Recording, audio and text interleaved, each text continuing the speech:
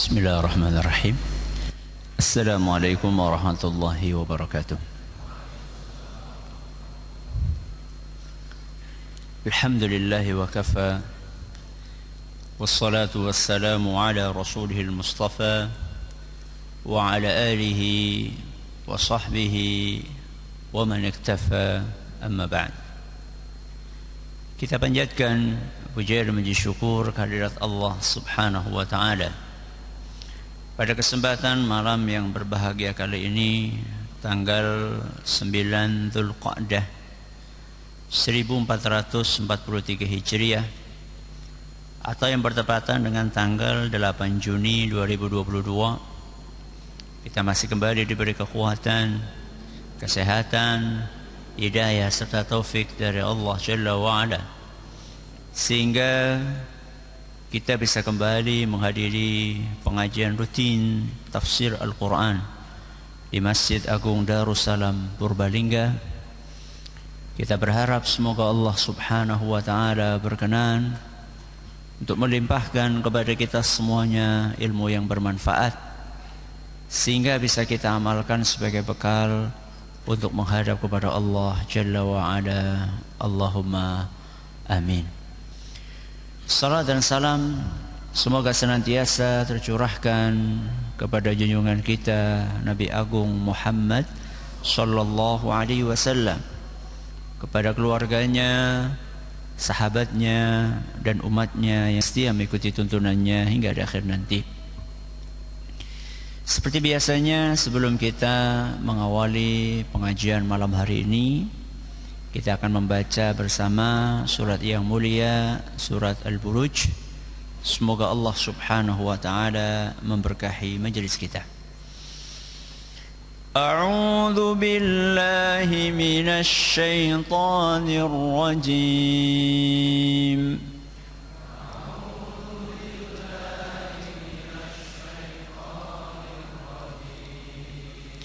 Bismillahirrahmanirrahim.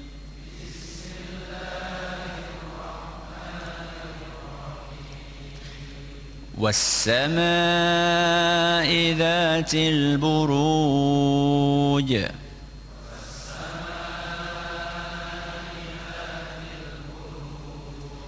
Wal yawmil maw'ud.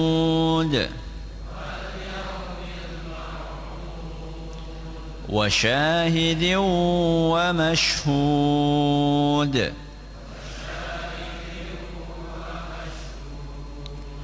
قتل أصحاب الأخدود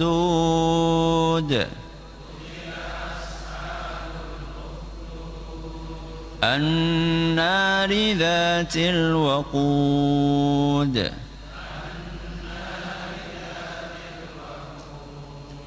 إذ هم عليها قعود وهم على ما يفعلون بالمؤمنين شهود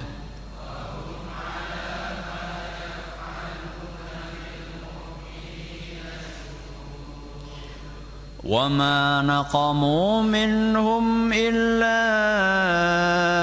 أن يؤمنوا بالله العزيز الحميد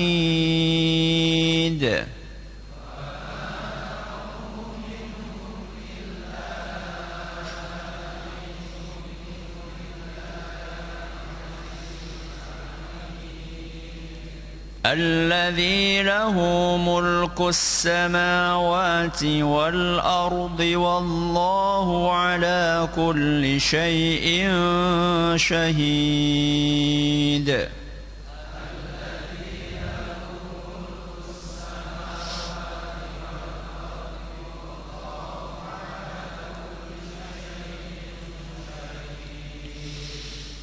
إن الذين فتنوا المؤمنين والمؤمنات ثم لم يتوبوا فلهم عذاب جهنم ولهم عذاب الحريق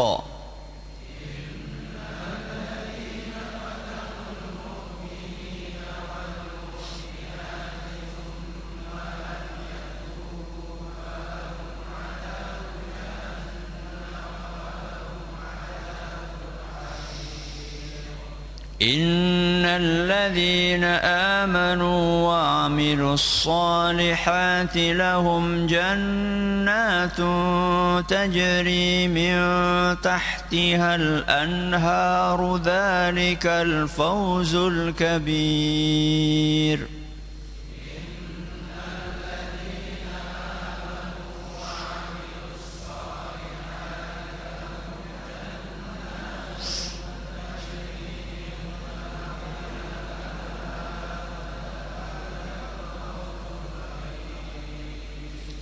Inna batsha rabbika lasyadid.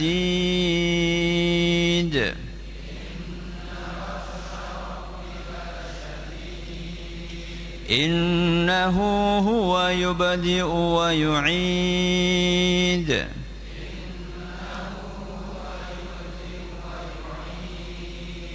Wa huwal ghafurul wadud.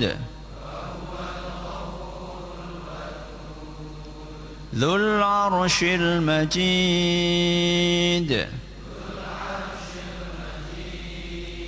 Fa'alun lima yurid.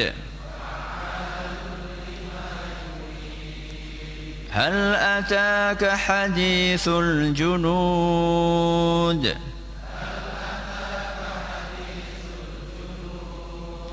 Fir'aun wa Thamud. بل الذين كفروا في تكذيب.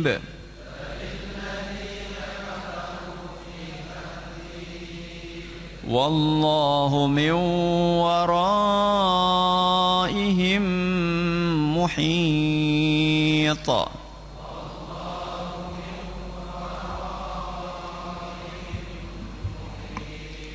بل هو قرآن مجيد.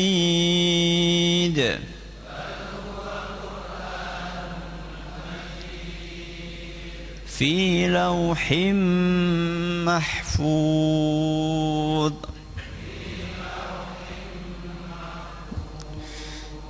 Para hadirin dan hadirat sekalian kami hormati, dan juga segenap pendengar serta pemirsa rahimani wa rahimakumullah. Ayat yang terakhir kita bahas, ayat berapa? 20. Malam hari ini kita akan melanjutkan untuk membahas ayat yang ke-21. Apa bunyinya? Bal huwa Qur'anum Majid. Padahal ia adalah Al-Quran yang mulia. Padahal ia adalah Al-Quran yang mulia.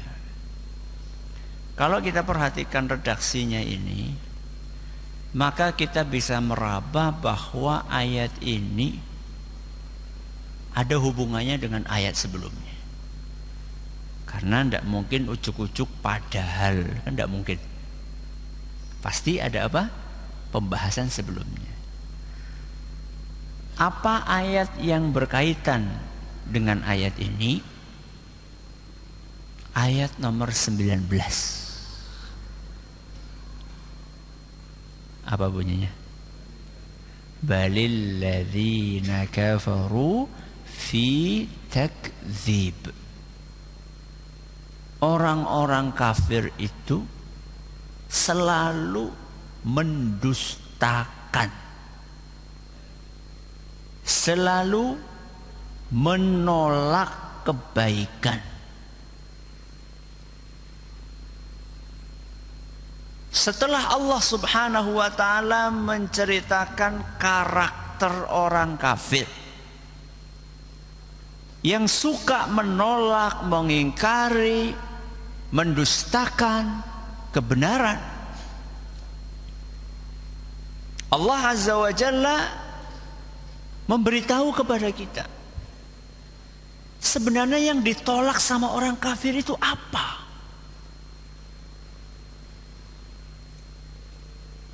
Ternyata yang ditolak oleh mereka adalah Qur'anun Majid. Ternyata yang ditolak oleh mereka adalah Al-Quran yang mulia.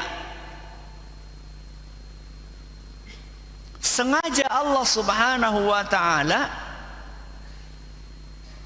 di dalam ayat ini menonjolkan Majid. Apa? Majid. Al-Quran yang Majid. Majid itu artinya mulia, agung, ya, berharga, terhormat,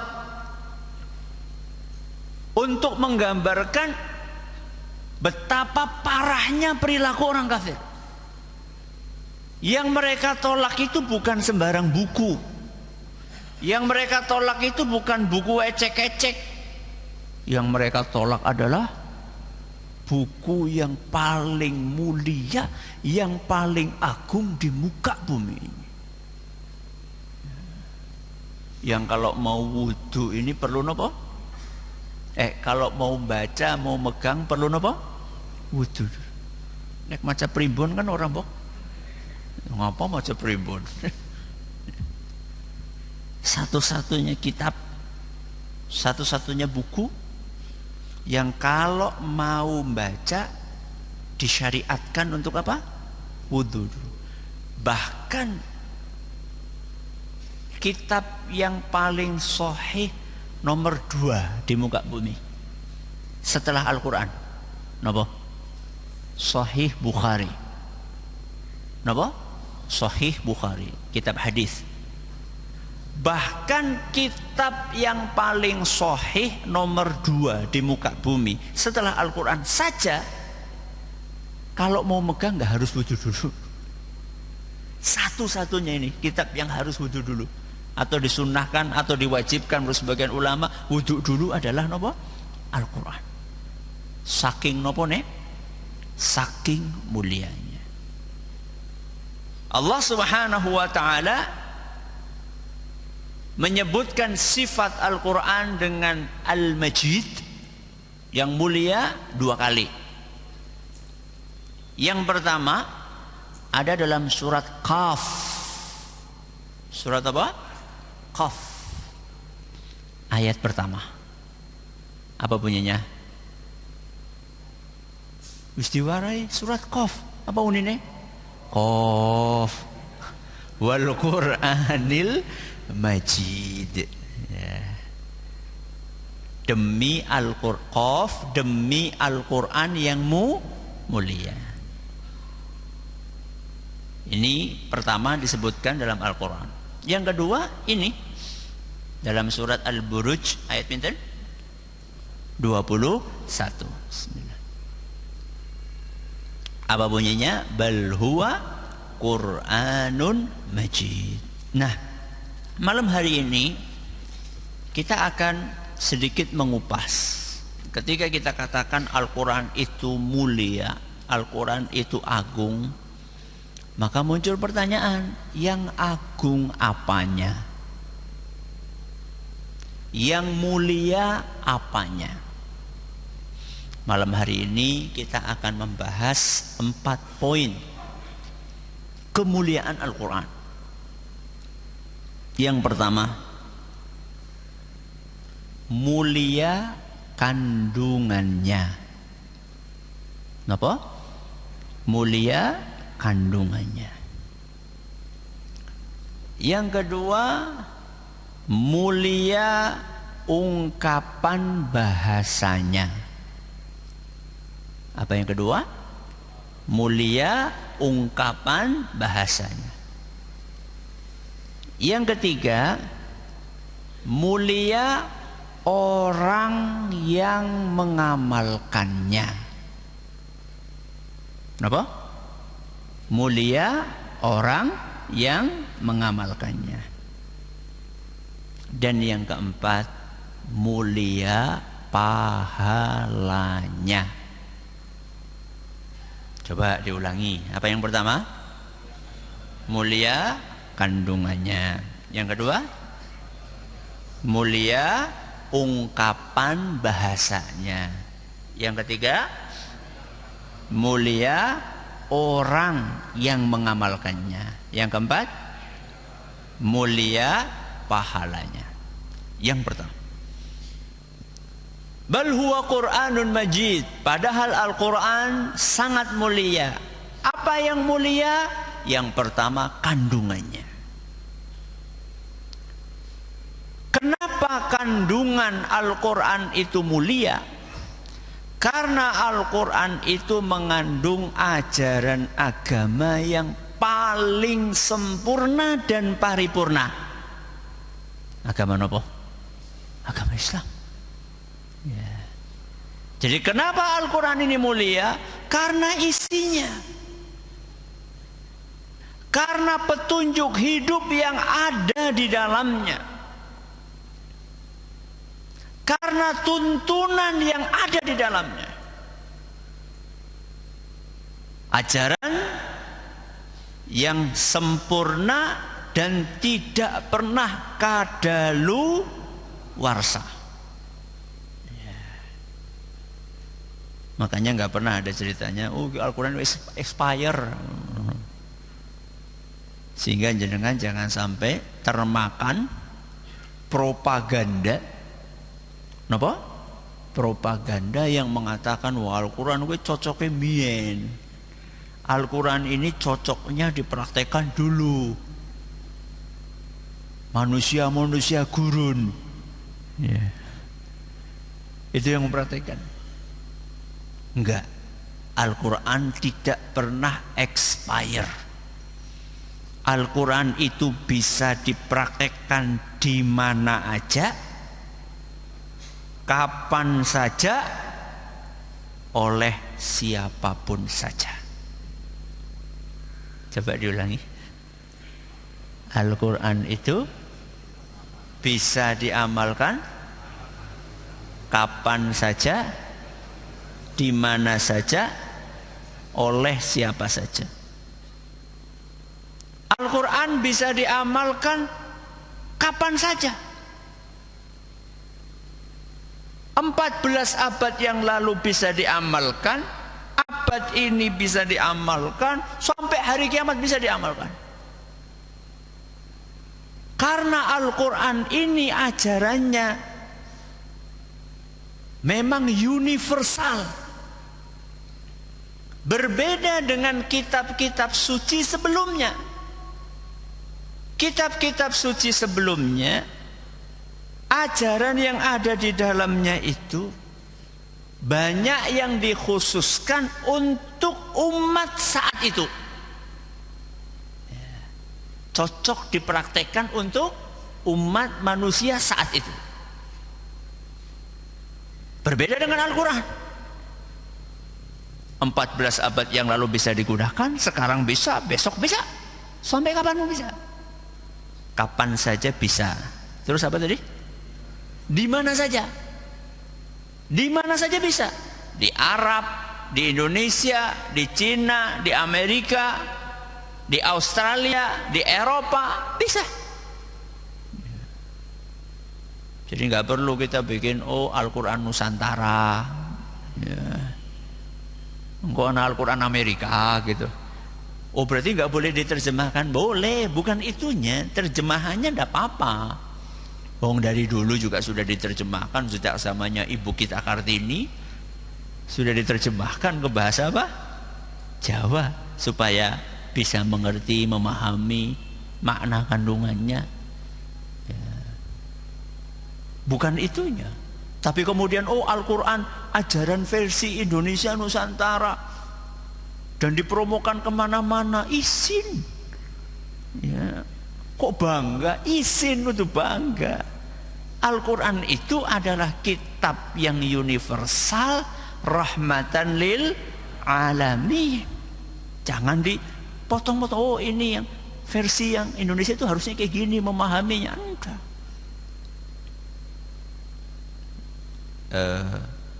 Kapan saja, di mana saja, terus apa? Oleh siapa saja. Oleh siapa saja. Mau tua, mau muda, mau pemimpin, mau rakyat, mau suami, mau istri, mau orang tua, mau anak. Laki-laki, perempuan, pedagang, apapun profesi jenengan, kalau pengen sukses dalam profesi jenengan, ada di sini. Pengen jadi presiden yang baik, ada di sini. Ya. Pengen jadi guru yang baik, ada di sini. Pengen jadi ustadz yang baik, ada di sini. Pengen jadi santri yang baik, ada di sini. Nang di ustadz, ya mulane sinau. Ya. Pengen jadi ayah yang baik, ibu yang baik, anak yang baik, wah lengkap banget di dalam Al-Quran. Sudah, ini yang pertama, mulia apa tadi? Kandungannya. Apa yang kedua? Mulia bahasa ungkapannya. Dan kita tahu Al-Quran itu pakai bahasa apa? Arab. Berarti bahasa Arab itu bahasa yang paling istimewa di muka bumi. Makanya nggak usah terpengaruh dengan orang yang anti Arab. Kalau bahasa Arab bukan bahasa yang paling mulia, tidak mungkin akan dipilih menjadi bahasa kitab yang paling mulia. Tidak mungkin. Wah, kebenaran wanu Kanjeng Nabi kang Arab. Loh, saya tanya sama jenengan, apa Allah tidak bisa menurunkan Nabi di Indonesia? Bisa tidak? Nabi Nantara? Nabi Paijo gue? Bisa nggak Allah? Bisa. Jadi Nabi Muhammad SAW diturunkan di Arab itu bukan kebetulan, bukan untung-untungan, enggak. Memang Allah Subhanahu wa ta'ala menginginkan agar Nabi itu dari sana. Al-Quran diturunkannya pakai apa? Bahasa Arab, karena itulah bahasa yang paling istimewa.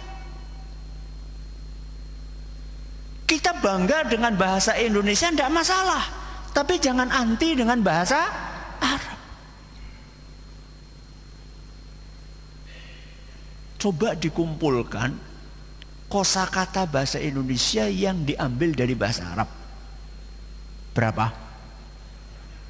Akeh banget. Senin, Selasa, Rebo, Kemis, Jumat, Setu, Ahad, ya, kecuali Minggu ya. Itu semuanya di bahasa Arab. Ya. Bahkan lembaga negara itu pakai bahasa Arab. MPR, DPR, itu bahasa Arab semuanya. M apa? Majelis, bahasa Arab. P permusyawaratan, musyawarah, bahasa Arab. R rakyat, bahasa Arab. Apa Ustaz bahasa Arab ini?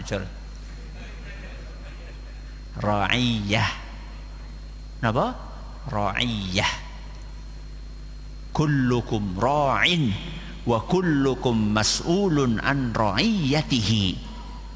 Rakyat. Anu angel ngomong ra'iyah, wis rakyat bae. DPR apa? Dewan. Itu diwanun, bahasa Arab. Ya. Coba sih dikumpulkan. Kalau nggak salah pernah ada yang mengumpulkan itu bahasa Indonesia yang merupakan serapan dari apa? Bahasa Arab. Kayaknya ada ratusan kayaknya. Malah mungkin ribuan, mungkin banyak banget ya. Jadi mulia bahasa ungkapannya, bukan sekedar bahasa Arabnya saja, tapi bahasa Arab itu kan punya level-level ya, punya apa? Level-level. Ada yang fasih, ada yang bahasa pasaran, yang jenek carane dewek wong Jawa ya anak kromo inggil, anak apa? kromo ana ngoko gitu. Ana dahar, ana madang, ana badog. Astagfirullah. Jadi bahasa Arab itu ada level-levelnya. Al-Quran itu adalah level fasih tertinggi. Dan kita tahu orang Quraisy, masyarakat yang Rasulullah SAW dari situ, itu mereka itu terkenal pujangga di kalangan orang Arab, penyair yang hebat-hebat. Ketika mereka ngelihat Al-Quran, gak bisa mereka nandingi, gak bisa. Ada di antara mereka yang pengen ngarang-ngarang, ya, bikin surat, ya, buat tandingan apa? Al-Quran, diguyu, ketawain. Ya. Coba jangan perhatikan, qul huwallahu ahad, Allahus somad, lam yalid, walam yulad, walam yakul lahu kufuwan ahad. Kan enak. Makanya Al-Quran itu karena saking indahnya didengerin enak. Ya. Pernah saya dikirimi ada video gitu, ada seorang muslim, dia melakukan semacam eksperimen. Dia bawa Walkman, Walkman, terus nyari non muslim yang dicari, yang kelihatannya nggak pernah dengar Al-Quran sama sekali. Didatangi, didatangi, maaf, mau nggak dengerin ini? Dan rata-rata pada mau dengerin gitu, disetel kalau nggak salah qori yang ada di Masjidil Haram, kalau nggak salah Syekh Sudais atau siapalah, pokoknya baca Al-Fatihah atau pokoknya ayat Al-Quran gitu, baca dengan bacaan yang indah. Setelah beberapa menit kemudian dilepas ditanya, Anda tahu ini apa? Enggak. Berarti memang betul-betul pas milihnya orang yang nggak pernah dengar Al-Quran. Apa perasaanmu ketika dengar suara ini? Hampir seluruh jawabannya amazing. Ya, apa amazing? Luar biasa. Hati saya kayak terbang, tenang. Itu padahal nggak ngerti. Nggak ngerti apa? Buru-buru artinya. Ini apa nggak ngerti. Ini suara apa nggak ngerti dia. Apalagi artinya. Itulah keindahan ungkapan bahasa Al-Quran. Apalagi kalau tahu artinya. Saya kasih contoh satu aja ayat yang sering dijadikan sebagai contoh betapa Al-Quran itu indah ungkapannya, padat maknanya, singkat kalimatnya, singkat dan padat. Firman Allah Subhanahu wa taala dalam surat Al-Baqarah ayat 179. Surat apa? Al-Baqarah 179. Allah berfirman, "Walakum fil qisasi hayatun." Walakum fil qisasi hayatun. Di dalam qisas ada kehidupan. Kenapa? Di dalam qisas ada kehidupan. Qisasnya apa? Qisas itu ya kira-kira hukuman setimpal lah. Kenapa? Hukuman setimpal. Ada pembunuh, maka hukumannya dibunuh. Itu namanya kisos. Kalau orang yang pendek pemahamannya, di dalam kisos ada kehidupan. Keliru. Di dalam kisos ada kematian. Iya enggak? Iya atau enggak? Berarti Qur'annya keliru. Ketika terjadi kisos, ada yang mati. Betul? Siapa? Pembunuhnya. Tapi kenapa Al-Quran menggunakan kalimat di dalam kisos ada kehidupan? Padahal ada yang mati. Jawabannya, mati satu, hidup 1000, lebih banyak lagi.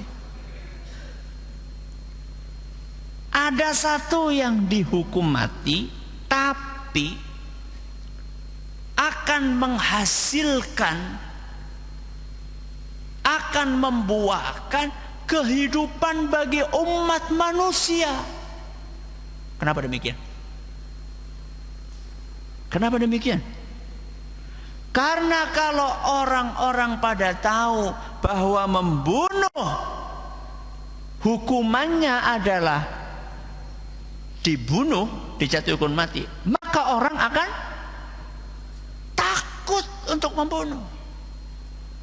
Karena orang takut bunuh, mau bunuh mikir berpuluh-puluh kali.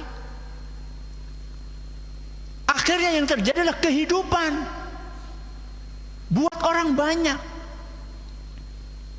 Tapi kalau misalnya membunuh, terus apa hukumannya? Dipenjara, terus engkau oleh apa? Remisi 17 Agustus, remisi apa mening? Badak, remisi apa mening?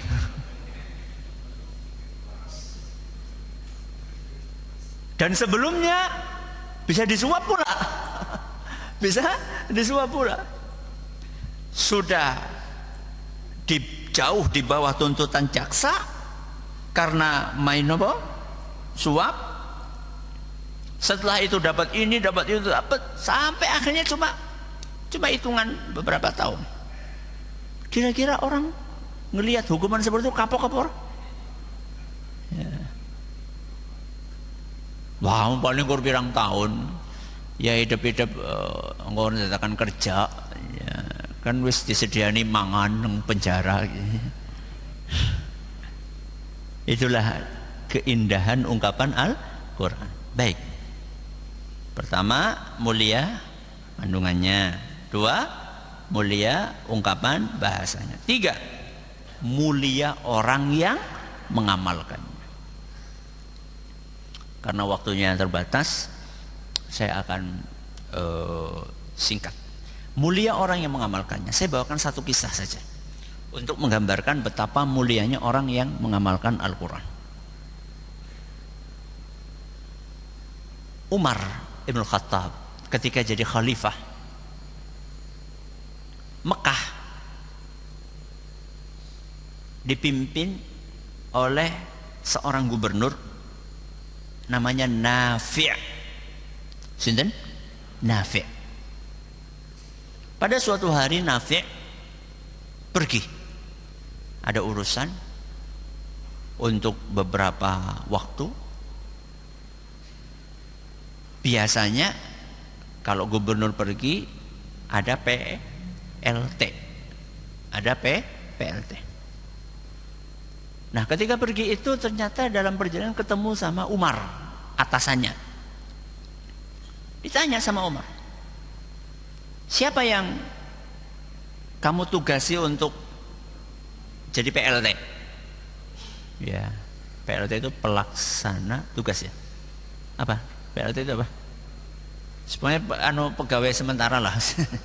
Ya, pejabat sementara lah intinya gitu ya. Siapa yang kamu jadikan PLT? Kata Nafi, Ibnu Abza. Sinten? Ibnu Abza. Umar ini nggak pernah dengar. Nama ini nggak pernah dengar. Maka Umar bertanya, Ibnu Abza itu siapa? Kata Nafi, Ibnu Abza itu salah satu budak kami. Salah satu budak. Maka Umar Ibn Khattab radhiyallahu anhu bertanya, loh, Mekah loh. Mekah itu kan isinya apa? Ningrat, bangsawan, orang-orang kaya. Kok bisa-bisanya yang kamu jadikan PLT itu budak? Ternyata Nafi punya alasan. Apa kata beliau? Innahu qari'un li kitabillah wa innahu alimun bil faraid. Wahai Umar, dia budak tapi dia hafal Al-Quran dan dia paham ajaran agama. Begitu dengar jawabannya, Umar enggak protes lagi, malah justru Umar kemudian berkata, sungguh benar apa yang disabdakan oleh Nabi kita Muhammad SAW. Innallaha yarfa'u bihadzal kitabi aqwaman wa yadha'u bihi akharin. Rasulullah SAW bersabda, Allah Subhanahu wa ta'ala akan mengangkat derajat sebagian orang dengan Al-Quran dan akan menjatuhkan derajat sebagian orang dengan Al-Quran. Hadis riwayat Muslim. Apa maksudnya? Diangkat karena nopo? Mengamalkan Al-Quran. Dijatuhkan karena meninggalkan Al-Quran. Yang terakhir, mulia pahalanya. Saya akan bawakan hadis yang jarang didengar, padahal hadisnya ada dalam Sahih Muslim. Hadis ini diceritakan oleh Uqbah. Beliau berkata, pada suatu hari Rasulullah SAW menjumpai para sahabatnya kalangan ahli suffah. Ahli suffah itu adalah para sahabat yang miskin, yang gak punya tempat tinggal, tinggalnya di Masjid Nabawi. Gak punya tempat tinggal, gak punya saudara, akhirnya tinggalnya di masjid di bagian belakang. Pada suatu hari Nabi SAW menemui ahlus suffah. Apa kata Nabi SAW? Wahai para sahabatku, siapa di antara kalian yang mau pagi ini pergi ke pasar hewan, kemudian pulang dengan membawa 2 ekor onta istimewa? Disebutkan di sini onta istimewa yang kalau sekarang dirupiahkan seekornya sekitar 100 juta. Gratis, kata beliau. Mau nggak? Nek jenengan ditawari berapa? Belum. Mau 2 ekor unta yang istimewa, ya, dan gratis, bukan nyolong, bukan kerampok. Ya. Maka kata para sahabat, tentu wahai Rasul, kita semuanya mau. Apa kata Nabi SAW? Afala yaghdu ahadukum ilal masjid. Kalau kalian pengen mendapatkan lebih dari itu, lebih dari apa? 2 ekor unta istimewa yang harganya 200 juta. Kalau kalian pengen lebih, mendapatkan lebih istimewa dari itu, berangkatlah ke masjid. Kalian di masjid belajar atau mengajar atau membaca 2 ayat Al-Quran. Itu lebih istimewa dari 2 ekor unta mahal.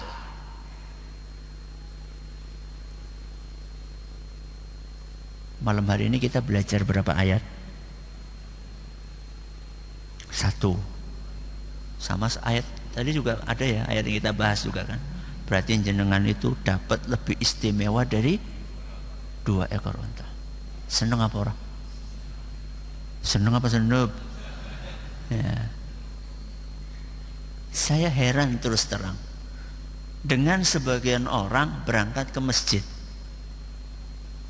Neng masjid bengong, domblong.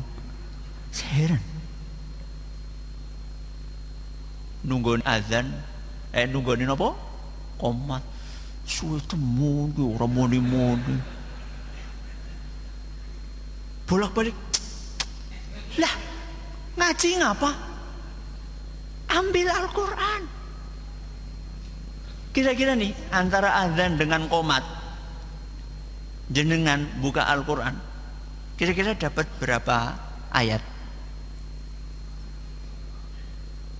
Ustaz aku urung bisa baca Quran. Sinau. Masa baca Al-Fatihah nggak bisa? Jenengan belum bisa baca Al-Quran, minimal jenengan baca Al-Fatihah, Al-Ikhlas, Al-Falaq, An-Nas. Masa surat Qiyarah bisa kebangetan banget, Bu? Coba sekarang Al-Fatihah, Al-Ikhlas, An-Nas, Al-Falaq. Berapa ayat coba? Ya. Maka habis ini saya nggak pengen lagi ngelihat ada orang di masjid apa? Domblong. Apa mending dolanan HP? Main game mending. Waduh, Jan. Ki wong kebangetan banget nang masjid kok malah dolanan apa? Game sih kepriwe. Ya. Ini keistimewaan pahala napa? Membacanya. Mudah-mudahan bermanfaat. Terima kasih atas perhatiannya, menota segala kurangannya. Kita akhir dengan doa kafaratul majelis. Subhanakallahumma bihamdika asyhadu an la ilaha illa anta astaghfiruka wa atubu ilaik. Assalamualaikum warahmatullahi wabarakatuh.